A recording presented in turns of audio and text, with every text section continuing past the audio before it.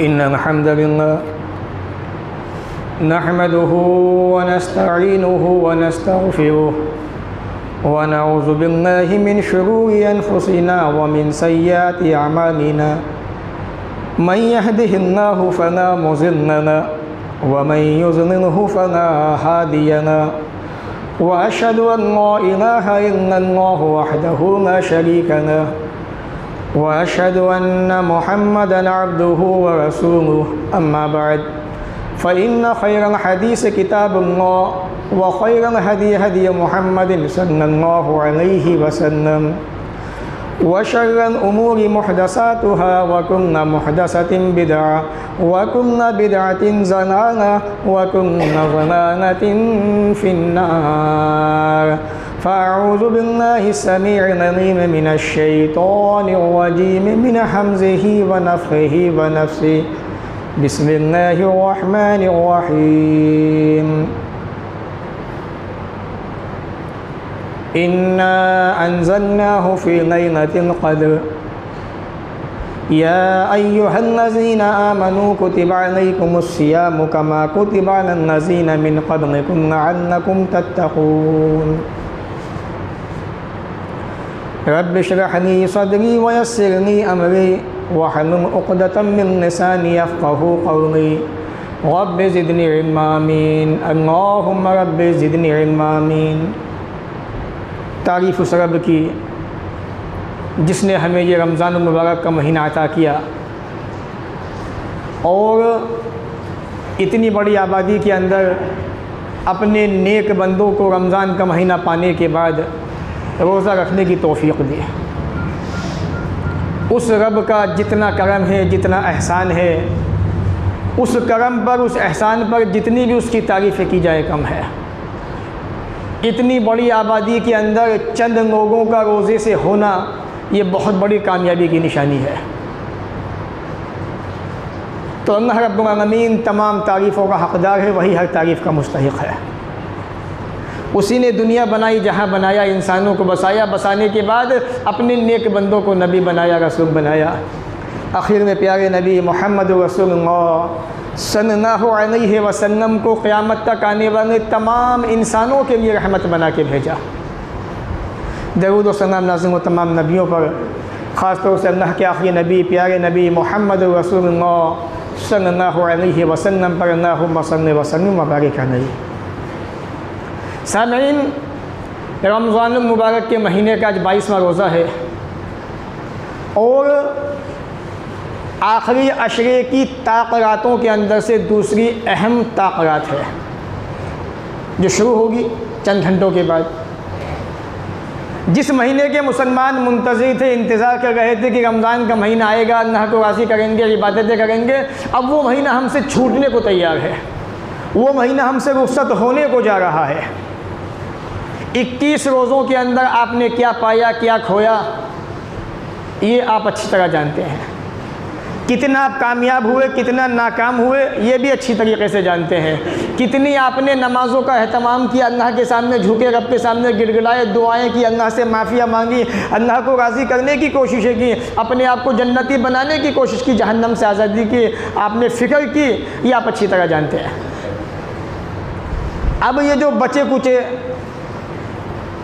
8 रोज़े बचे हुए हैं, इनमें क्या करना है? अब थोड़ी इनके अंदर मेहनत ज़्यादा कर दीजिए।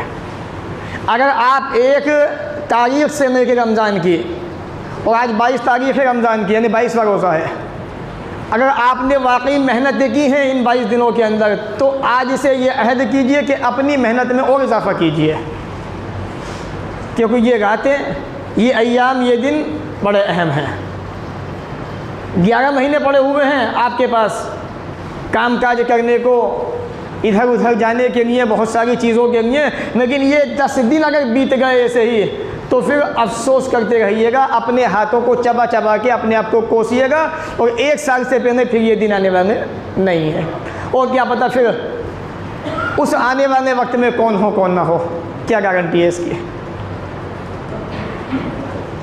ये रमज़ान का महीना जहाँ अल्लाह के बंदों ने रोज़ों का अहतमाम किया, नमाज़ों की पाबंदी है कि वरना देखने में ऐसा आया यह तजुर्बा ये बताता है कि जिन लोगों ने वक्त और मौके के एतबार से 3 दिन में, 5 दिन में, 7 दिन में, 10 दिन में तराबी ख़त्म करनी, वो ना वो तराबी के रहे, वो ना नमाज के रहे, वो नमाजें भी इन्होंने छोड़ दी। क्या कुरान तो सुन ही लिया है, अब ज़रूरत नहीं है किसी चीज़ की। लेकिन शरीयत क्या कहती है ये आपको बार बार बताया गया। रमज़ान के मुकम्मल महीने कुरान को सुनना भी है, तरावी का भी अहतमाम करना है। ये कुरान जिसे मुसलमानों ने बड़ा मामूली समझ लिया है, ये मामूली किताब नहीं है। सारी दुनिया के इंसान, सारी दुनिया की नॉलेज, जानकारी, किताबें एक तरफ, ये कुरान तन्हा एक तरफ, सब पे भारी है। ये निजात के एतबार से भी, कामयाबी के एतबार से भी, हर एतबार से। तो इंशाअल्लाह आज जुम्मा के खुतबे के अंदर कुछ कुरान मस्जिद के ताल्लुक़ से और कुछ अल्लाह के रास्ते में सदका खैरात ज़कात के ताल्लुक़ से चंद बातें होंगी। अल्लाह ताला से दुआ है वो हमें इन बातों को सुनने के बाद अमल की तौफ़ीक़ अता फरमाए। अल्लाह रब्बुल आलमीन ने कुरान मजीद में इरशाद फरमाया कि लैलतुल क़द्र खैरुम मिन अल्फ़ शहर, ये रातें जो है 1000 महीनों की रातों से बेहतर है। कुरान मजीद जो रमज़ान के महीने में नाज़िल हुआ, शब क़द्र में नाज़िल हुआ, इस कुरान का रमज़ान के महीने से बड़ा गहरा ताल्लुक़ है। लोग इसको नहीं समझना चाहते, नहीं चाहते कि हम इसको समझेंगे तो अमल भी करना पड़ेगा। आदमी भागना चाहता है ऐसी चीज़ से जो चीज़ उससे चिमटना चाहती है। और कुरान ये एक ऐसी किताब है जिसका रमज़ान से बड़ा गहरा ताल्लुक़ है।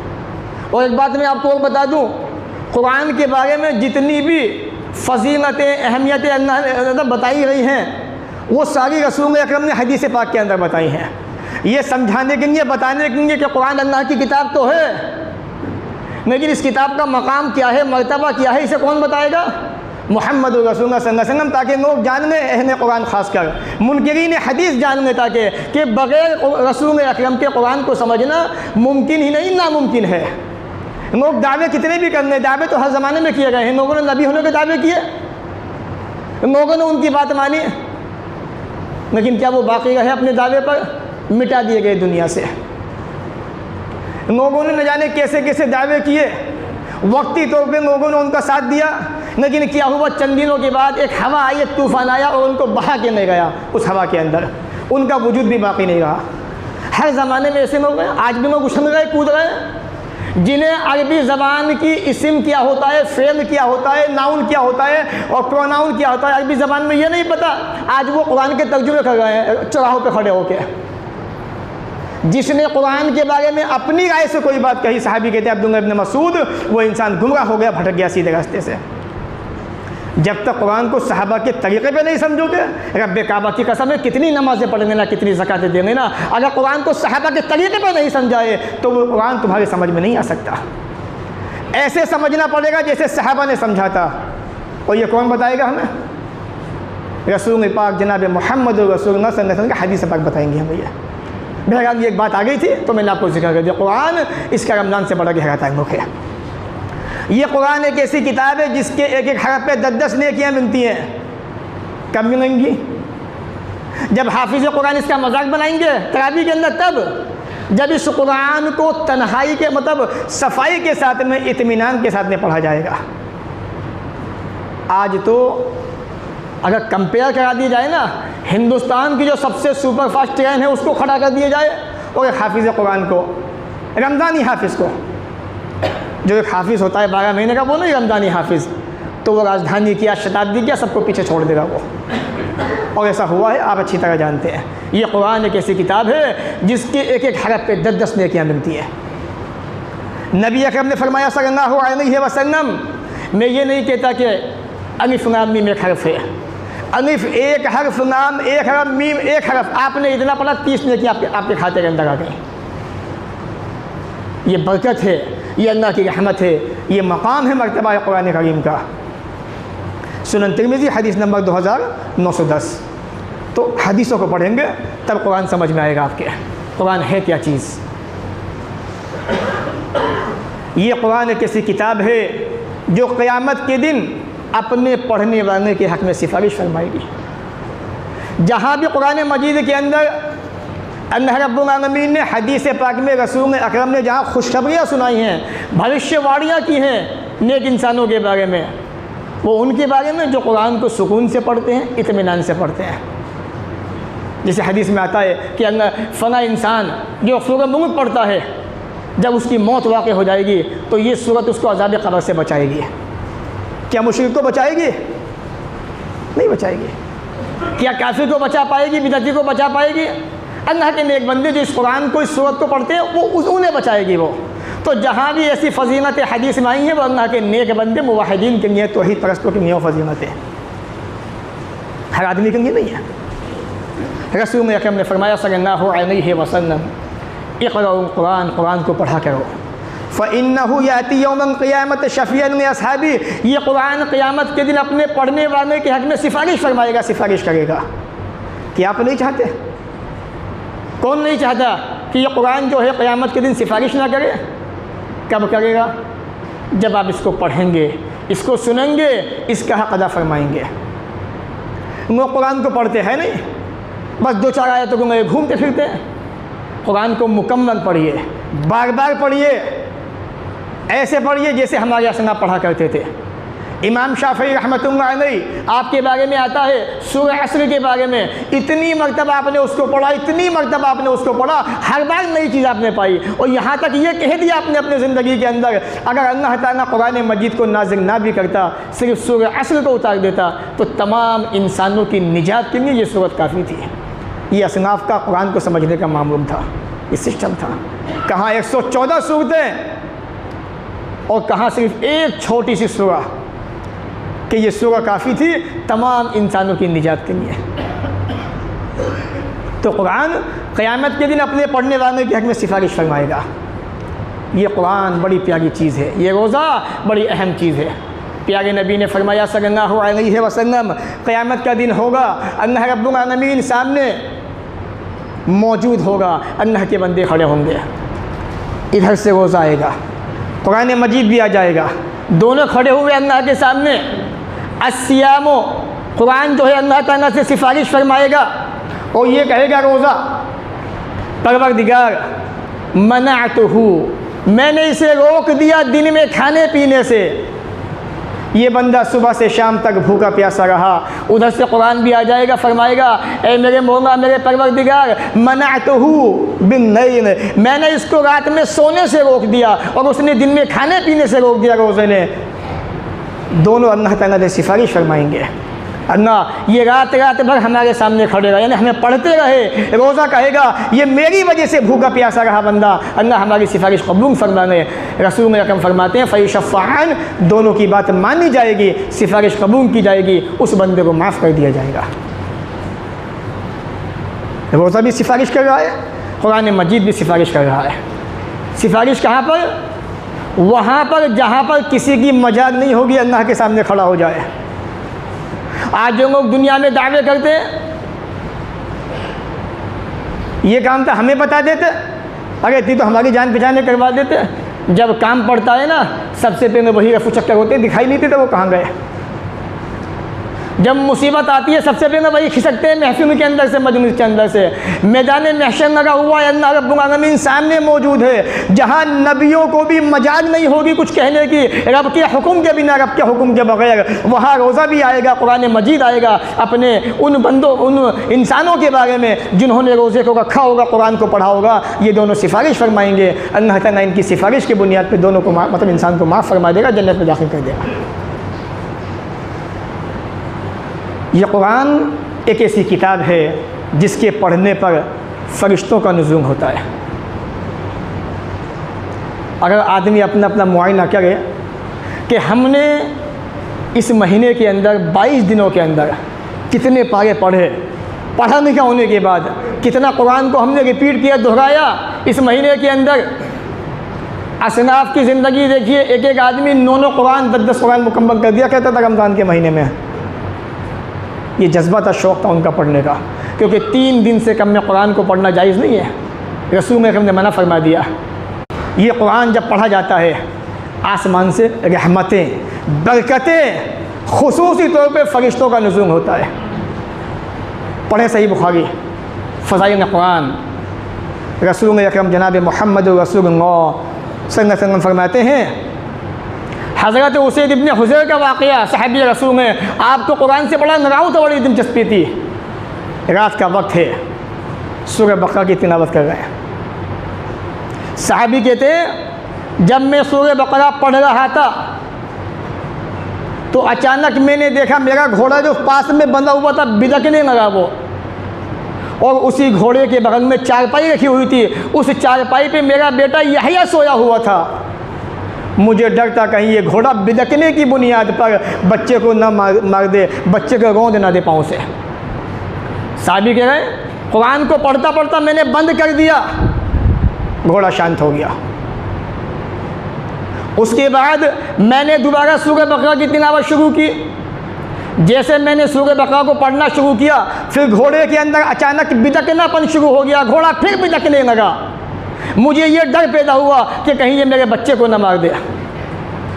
हज़रत उसैद इब्न हुज़ैर कहते हैं, फिर मैंने तीसरी मरतबा सूरह बकरा की तिलावत शुरू की, फिर वही पोजीशन पैदा हो गई कि घोड़ा फिर से बिदकने लगा। मैंने कुरान को पढ़ना बंद कर दिया। मैं बाहर की तरफ आया, मैंने अपनी निगाह आसमान पे डाली तो मैंने देखा कि आसमान पे एक छतरी नुमा एक चीज़ दिखाई दे रही थी, उसके अंदर कुछ रोशनियाँ जल रही थी, रोशनियाँ दिखाई दे रही थी। रोशनी उनसे दिखाई दे रही थी कुरान के पढ़ने की बुनियाद पर। ये बात कौन बता रहा है? रसूल अकरम जनाब मोहम्मद रसूलुल्लाह सल्लल्लाहु अलैहि वसल्लम हदीस पाक के ज़रिए, बुखारी के ज़रिए से। कुरान नहीं बता रहा है, कुरान के मकाम को कौन वाज़ेह कर रहा है? रसूल अकरम वाज़ेह कर रहे हैं। अब सहाबी ने अपना कुरान बंद किया। उसके बाद सुबह हुई, रसूल अकरम के पास आए, ये अल्लाह के नबी, रात में ऐसा ऐसा वाक़या मेरे साथ में आया है। कहा क्या बात हुई? कहा कि मैंने ऐसा ऐसा किया, ऐसा ऐसा हुआ, मुझे डर हुआ कहीं ये घोड़ा मेरे बच्चे यहया को न रोंद डाले। रसूल अकरम ने फरमाया सल्लल्लाहु अलैहि वसल्लम, मैं उसैद, काश तुम कुरान की तिलावत करते जाते, काश तुम कुरान को पढ़ते रहते, तुम कुरान की तिलावत बंद ना करते। ये फरिश्ते थे जो आसमान से तुम्हारी आवाज़ को सुनते सुनते कुरान की वजह से ज़मीन पर उतर रहे थे। अगर तुम सुबह तक कुरान मजीद को पढ़ते रहते, ये फरिश्ते ज़मीन पर आ जाते, यहाँ तक के आस पास के या मदीना के जितने लोग थे सब उनको अपनी आँखों से देख लेते। अल्लाह अकबर। ये कुरान की बरकत है कि कुरान के पढ़ने की बुनियाद पर इंसान भी सहाबा फरिश्तों को अपनी निगाहों से देख लेते, जो फरिश्ते कभी नज़र नहीं आते हैं। कुरान की बरकत है, यह कुरान का मकाम और मर्तबा है। यह कुरान मजीद है। आज जिसका मुसलमान मजाक बना रहे, मजाक उड़ा रहे हैं तरावियों के अंदर, तरावियों के ज़रिए से बना चुके। अब क्या बनाएंगे? अब तो वो चले गए बना चुके मजाक उड़ा के। और ये कौन उड़ा रहा है मजाक? ये मस्जिद के ज़िम्मेदार, मस्जिद के मौलवी, सिस्टम जितना भी है, ये सब ज़िम्मेदार है इस बात के। ये परमिशन क्यों देते हैं ऐसे हाफिज़ों को जो कुरान का मजाक बनाते हैं, मजाक उड़ाते हैं? ये कुरान कोई मामूली किताब नहीं। आज हमारे पास इतनी अजीम किताब होने के बाद भी, मुसलमान दुनिया के अंदर इतना मजबूत होने के बाद भी तुम्हारी हैसियत क्या है? कुछ भी नहीं है दुनिया के अंदर। जानते हो क्यों? अभी आगे हदीस आ रही है, इंशाअल्लाह तब बताऊँगा मैं आपको क्यों। इसी कुरान की वजह से। ये कुरान एक ऐसी किताब है जिसके बारे में आदमी हसद यानी रश्क कर सकता है। रश्क क्या होता है? एक आदमी बिजनेसमैन है, कारोबार है, माशाअल्लाह अल्लाह ने इसको क्या दिया है, कितनी दौलत है इनके पास, काश मुझे भी मिल जाए इनकी तरह से और मैं भी अल्लाह के रास्ते में उठाऊँ। ये रश्क है। हाफिज़ साहब कितना अच्छा कुरान पढ़ते हैं माशाअल्लाह, काश मेरी आवाज़ भी ऐसी होती, मैं भी कुरान को इस तरह से पढ़ता, मज़ा आ जाता, बड़ा अच्छा लगता। ये रश्क है। नबी अकरम ने फरमाया दो चीज़ों में रश्क करना जायज़ है।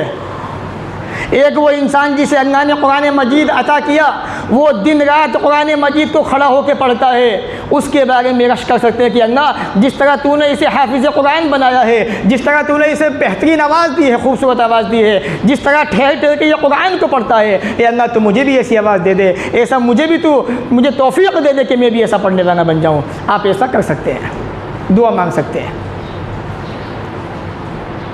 दूसरी कि अल्लाह ने किसी आदमी को मांग दिया, दौलत दी, प्रॉपर्टी दी, फ़हुव युनफ़िक़ु बिही आना अन-नैल व आना अन-नहार, रात के अंदर भी दिन के अंदर भी वो बंदा अल्लाह के रास्ते में खर्च कर रहा है, अल्लाह के रास्ते में दे रहा है। आप उसे देख के ये कह सकते हो परवरदिगार तूने इस बंदे को इतना दिया है, तेरी बड़ी मेहरबानी है अल्लाह, मुझे भी तू इतना दे दे, मैं भी तेरे रास्ते में उठाऊँगा।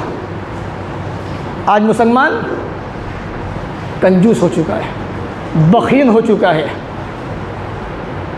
न लुटाने को तैयार है, न देने को तैयार है, न निकालने को तैयार है।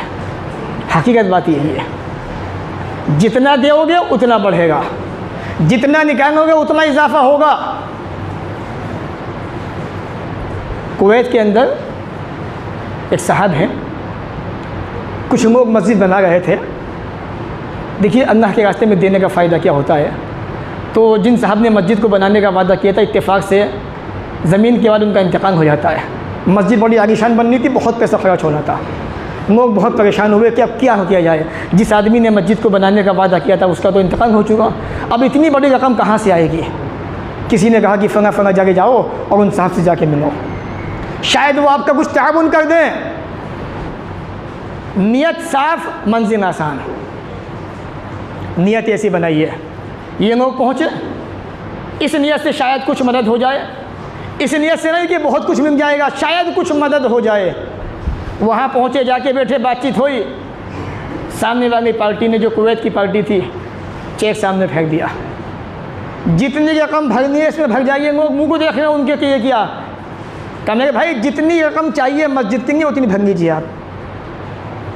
एक बड़ी अमाउंट थी, बहुत बड़ी अमाउंट, जो आपकी सोच से भी बाहर थी। इन लोगों ने पूछा, बातचीत हुई, कहा कि मेरे भाई भर लीजिए आप। अल्लाह का बड़ा एहसान है मेरे ऊपर, जितना मैं अल्लाह के रास्ते में देता हूँ 2 हफ्ते गुजरते नहीं है, अल्लाह ताला मुझे उससे डबल दे देता है। ये अल्लाह के नेक बंदे ऐसे भी आज के वक्त में, आज के ज़माने के अंदर, जो अल्लाह की मस्जिदों को आबाद भी करते हैं, आबाद भी करवाते हैं और तामीर भी करवाते हैं। आपकी नीयतें ऐसी हो चुकी हैं, आप देना नहीं चाहते अल्लाह के रास्ते में, क्योंकि आपने देना सीखा नहीं, आपको सिखाया नहीं गया। जितना अपने हाथ से दोगे उतना अल्लाह ताला तुम्हें पीछे से देता रहेगा, उतना देगा कि तुम सोच भी नहीं सकते, गुमान भी नहीं कर सकते। और इसकी मिसालें सहाबा इकराम की ज़िंदगी है, देखना चाहो देख सकते हो। किसी को मत पढ़ो, सिर्फ उस्मान गनी रज़ी अल्लाह तआला अन्हु की ज़िंदगी पढ़ लो। कितना अल्लाह के रास्ते में दिया, अल्लाह ने उतना ज़्यादा आपको दिया, इतना काफ़ी है। रमज़ान का महीना, सदका क्या देंगे मुसलमान, ज़कात देने को तैयार नहीं है, ज़कात निकालने को तैयार नहीं मुसलमान। अपनी बहाने बनाता है, मगर साहब ये चीज़ है, फ़ना चीज़ है, इसका मसला कैसे है, उसका मसला कैसे है, वो चीज़ है, इसका मसला कैसे है। यानी किसी तरह इमाम साहब फतवा दे दे कि मैं बच जाऊँ बस उससे। बहरहाल बात चल रही थी कुरान की, तो कुरान एक ऐसी किताब है जिसके बारे में रश्क करना जायज़ है। ये कुरान को पढ़ने वाला क़यामत के दिन फरिश्तों के साथ में होगा। कौन सा कुरान पढ़ने वाला? जैसा कुरान हमारे हाथ साहब पढ़ते हैं तरावी के अंदर, ये कहेंगे आप मोटी मोटी बातों के अंदर सुकून इत्मीनान ऐसा होना चाहिए। पीछे आदमी खड़ा हुआ है, हाफिज साहब क्या पढ़ रहे हैं, एक एक लफ्ज़ इंसान के दिलो दिमाग से होता हुआ सीने के अंदर उतर जाए, यही तो कुरान का हक़ है। कुरान को ऐसे पढ़ो जैसे रब ने पढ़ने का हुक्म दिया। फ़ायदा क्या होगा? अभी आगे हदीस आ गई है। नबी पाक ने फरमाया सल्लल्लाहु अलैहि वसल्लम, यहाँ भी नबी फरमा रहे हैं, कुरान का पढ़ने वाला फरिश्तों के साथ में, कुरान नहीं बता रहा है, नबी बता रहे हैं। क़यामत के दिन कुरान का पढ़ने वाला, सफ़रा लिखने वाले, इज़्ज़तदार, इताअत गुज़ार फरिश्तों के साथ में होगा। जो फरिश्ते अल्लाह रब्बुल आलमीन के मुक़र्रब फरिश्ते हैं, अल्लाह के नेक बंदे हैं फरिश्ते, उन फरिश्तों के साथ में हाफिज़ कुरान का शुमार होने वाला है। नबी पाक फरमाते सल्लल्लाहु अलैहि वसल्लम, वो इंसान जो कुरान मजीद को पढ़ता है, बार बार अल्लाह ताला के राय नबी फरमा रहे हैं कुरान को पढ़ा करो, कुरान को पढ़ा करो। मुसलमान नहीं पढ़ता, तो नबी पाक ने फरमाया कुरान का पढ़ने वाला, लिखने वाले, नेक इताअत गुज़ार फरिश्तों के साथ में होगा जो इंसान कुरान को पढ़ता है। और आगे आप फरमाते हैं वयततअतफ़ी, कुरान को पढ़ने में दिक्कत महसूस होती है, उसे कुरान को पढ़ना चाहता है, पढ़ना नहीं पढ़ पाता, अटकता है कुरान को पढ़ते में। नबी फरमाते हैं इसको दोहरा अजर मिलेगा, डबल सवाब मिलेगा इसको, ये कुरान को पढ़ने का, ये कुरान के अंदर मेहनत और कोशिश करने का, ये कुरान का फ़ायदा है। आइए आगे चलिए। ये कुरान एक ऐसी किताब है जो अपने पढ़ने वाले को जन्नत के अंदर लेके जाएगा। कौन सा पढ़ने वाला? आइए हदीस पाक देते हैं। अबू दाऊद की हदीस है, हदीस नंबर 1464। अल्लाह के नबी सल्लल्लाहु अलैहि वसल्लम फरमाते हैं जब क़यामत का दिन आएगा तो कहा जाएगा हाफिज़ कुरान से, इक़रा, कुरान को पढ़ता जा, वरतक़ी, अपनी जन्नत की मंजिल पे चढ़ता जा, वरत्तिल, कुरान को देख ऐसे पढ़ना, कमा कुन्त तुरत्तिल फ़िद दुनिया, जैसे तू दुनिया के अंदर कुरान को पढ़ता था। अल्लाह ने कहा कि बंदे चढ़ता जा, पढ़ता जा, ऐसे जैसे दुनिया में पढ़ा करता था, ऐसे ही पढ़। अब जिसने सुकून से पढ़ा, कितना बड़ा फ़ायदा उसका हुआ। अब आगे नबी ने फरमाया फ़इन्न मंज़िला तका इंद आयत तक़रा हुआ, तेरा मकाम, तेरा ठिकाना वहाँ पे होगा जहाँ पे कुरान मजीद की आखिरी आयत तेरी ख़त्म होगी। ये कुरान का मर्तबा, कुरान का मकाम, कुरान को आहिस्ता पढ़ने का सवाब और फजीलत के इंसान को जन्नत के अंदर इतना ऊंचा दर्जा दिया जाएगा जैसे कि वो दुनिया में कुरान को पढ़ता था, ऐसे पढ़ने को कहा जाएगा। और जहाँ पे उसकी आखिरी आयत ख़त्म होगी वही उसका आखिरी मकाम होगा, ठिकाना होगा रहने का। तो हाफिज़ कुरान, वो हाफिज़ जो कुरान को सुकून से पढ़ते हैं, उनका मकाम जन्नत के अंदर अल्लाह रब्बुल आलमीन ने बनाया हुआ है। ये कुरान एक ऐसी किताब है जिसके पढ़ने वाले दुनिया के अंदर सबसे बेहतरीन इंसान हैं। आज हमारे समाज के अंदर कितने नौजवान बच्चे बच्चियाँ ऐसी हैं उन्हें कुरान पढ़ना नहीं आता, न वो चाहते कुरान पढ़ना। नबी पाक ने फरमाया तुम में बेहतरीन इंसान वो है जो कुरान को सीखता सिखाता है। आज हम लोग दावा करते हैं कि बेहतर तो हम हैं, हमारे पास रुपया भी है, पैसा भी है, दौलत भी है, गाड़ी भी है, शोहराम भी है, सारी चीज़ें। ये तुम्हारी कामयाबी दुनिया की कामयाबी है।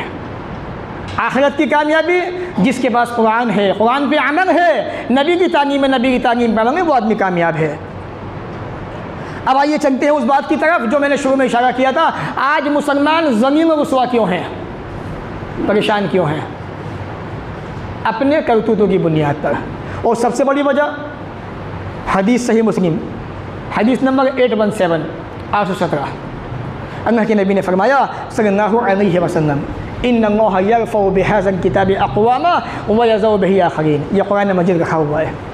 अल्लाह ताला इस किताब के ज़रिए से बहुत सी कौमों को बुलंदी अता करता है और इसी किताब के ज़रिए बहुत सौ को ज़मीन पर रुसवा कर देता है, ज़मीन कर देता है। जिसने इसको अपना लिया, अपना बना लिया, वो आसमान की बुलंदियों पर पहुँच गया। किसने अपनाया था मेरे भाई? 1400 साल के पीरियड में, उससे पहले किसने कुरान को अपनाया, सीने से लगाया था? सहाबा की जमात ने। जिन सहाबा के बारे में आज लोग यूट्यूब पे बैठ के गालियाँ देते हैं, सहाबा की शान में ऐब निकालते हैं कि सहाबा ही तो कह दिए तो क्या हुआ, ऐसी बातें करते हैं। अल्लाह ने कुरान में कहा है ईमान वही काबिल कबूल जो नबी के सहाबा जैसा होगा। अगर ईमान नबी के सहाबा जैसा है तो कामयाब हो तुम, अन्य तुम्हारी कामयाबी का कोई सबूत मौजूद नहीं है। उन सहाबा ने इस कुरान को अपनाया था, क्या हुआ था? कौन सा मुल्क ऐसा था जहाँ पे इस्लामी हुकूमत नहीं थी, जहाँ पे इस्लाम नहीं था? यहाँ तक कि हिंदुस्तान के अंदर सहाबा इकराम ने इस्लाम को पहुँचा दिया अपने ज़मानों के अंदर, ताबईन तबा ताबईन को भेज के अपने दौर हुकूमत के अंदर। ये काम किसने किए? सहाबा की जमात ने किए। अल्लाह ने उन्हें आसमान की बुलंदियों में पहुँचा दिया। लोग नाम सुन के डरते थे, उमर फारूक आ जाएंगे, फना साहबी आ जाएंगे। ये डर था लोगों के अंदर कुरान की बुनियाद पर। हमने छोड़ा तो क्या हुआ? हम लोगों से डरे हुए हैं, हम गैरों से डरे हुए हैं। ये फ़र्क है दोनों के अंदर। अल्लाह ताला इस किताब के ज़रिए बहुत सौ को आसमान पे पहुंचा देता है, बुलंदी पे, और बहुत सौ को जिन्होंने कुरान को छोड़ दिया, इस पे अमल करना छोड़ दिया, अल्लाह उनको रुसवा कर दिया, दुनिया में ज़मीन कर दिया। मुसलमानों, आज हमारी ज़िल्लत रुसवाई इसी का नतीजा है कि हमने कुरान को समझा नहीं, कुरान को हमने पढ़ा नहीं। इसलिए कुरान को पढ़िए, कुरान को समझिए। आखिरी बात को ख़त्म करते हैं, चंद बातें। ज़कात का मसला, ज़कात इशारा दिया गया था, याद रखिए अगर आप ज़कात नहीं देते हैं, आप पे ज़कात फ़र्ज़ हो चुकी है, तो आपके साथ में क़यामत के दिन बड़ा भयानक मंज़र पेश आने वाला है। ऐसा मंज़र कि जिसे सुनकर आपकी रूहें काँप जाएंगी। सूरह तौबा सूरह नंबर 9 आयत नंबर 34-35 पढ़िए आप।